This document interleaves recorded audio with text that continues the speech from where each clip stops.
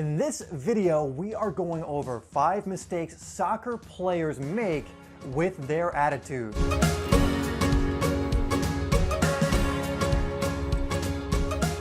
What's up guys, it's Dave here from SimplySoccer, where we are helping you to improve your game and stand out on the pitch. And we do that on this channel by releasing daily soccer tip, technique, and training videos, all designed to help you do just that. So if you haven't already, hit that subscribe button and that bell icon so you don't miss any content that we release. Now, in this video, I want to go over 5 common attitude mistakes that soccer players make. So make sure you're not doing these things, because if you are, they could be holding you back. Now, the first one to get out of the way is anger or losing your discipline. We all know that one player who will get way too angry way too easily, and they will lose their discipline. And I don't mean just lose their discipline like they're getting yellow cards and maybe even red cards, but they're, running into tackles, they're running out of position, they're losing their discipline positionally and things of this nature. They're making really snap decisions that they would otherwise not make if they remained calm. So make sure your anger is not getting the best of you during a match. There may be a call that goes against you. There may be a player that's winding you up. But to get angry, unless you're channeling that anger to play better,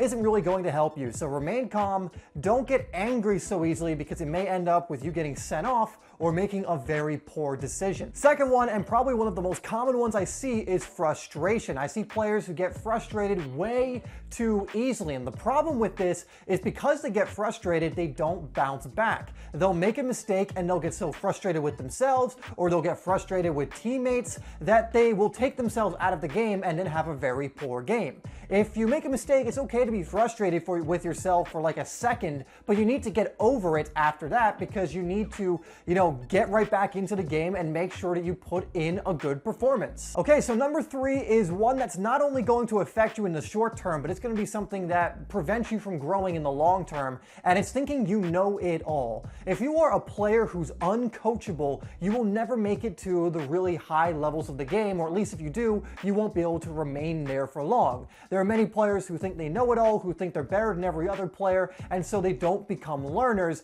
They think they know more than their coaches. They think they know more than other teammates. And I'm not saying that you should listen to absolutely every piece of advice that comes your way, but for example, if you're on a college team and your coach has some advice for you, you probably should listen. If a player who's playing at the professional level has some advice for you, you might want to listen, because there may be something to their advice. We all know that player who's really cocky and really arrogant, seemingly without reason, and the last thing you want to do is become one of these players. Number 4 is another really common one, and it's blaming others when you make a mistake or something just that you didn't want to happen happens. Look, there's always going to be that moment where you get frustrated at a teammate, and that's fine, but you need to get over it really quickly, and especially if you're the one making the mistake.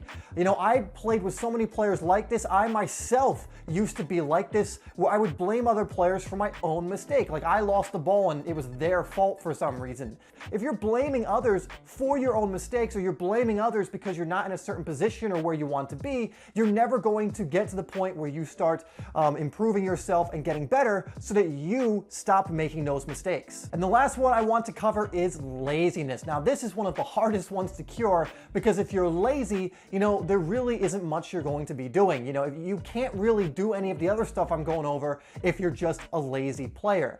Typically a lazy player can be even a very talented player or a very skillful player, but they're not giving it their all, which means they're never bringing 100% of what they can do to the match. Laziness is usually a mindset. It's in your head. Your body can usually do way more than you think it can do, meaning you may think you're tired and you can't run after that ball, but that's just because you've conditioned yourself to think that way, when in reality, you absolutely can. You absolutely can run more, get in better shape, and go after that ball. Do not be a lazy player. All right, guys, so those are 5 mistakes soccer players make with their attitude commonly. Again, not all players do this. I just want you to be aware of some of these so you can avoid making them and pretty much go in the other direction, so you're developing a good attitude and a good mentality. I want to thank you once again for watching this video. Please like it and share it if you enjoyed it, and make sure you subscribe to Simply Soccer if you're brand new and you want some more great soccer content. I will put 2 videos up on the screen with more content, so you can continue to improve and learn and just become a better player overall.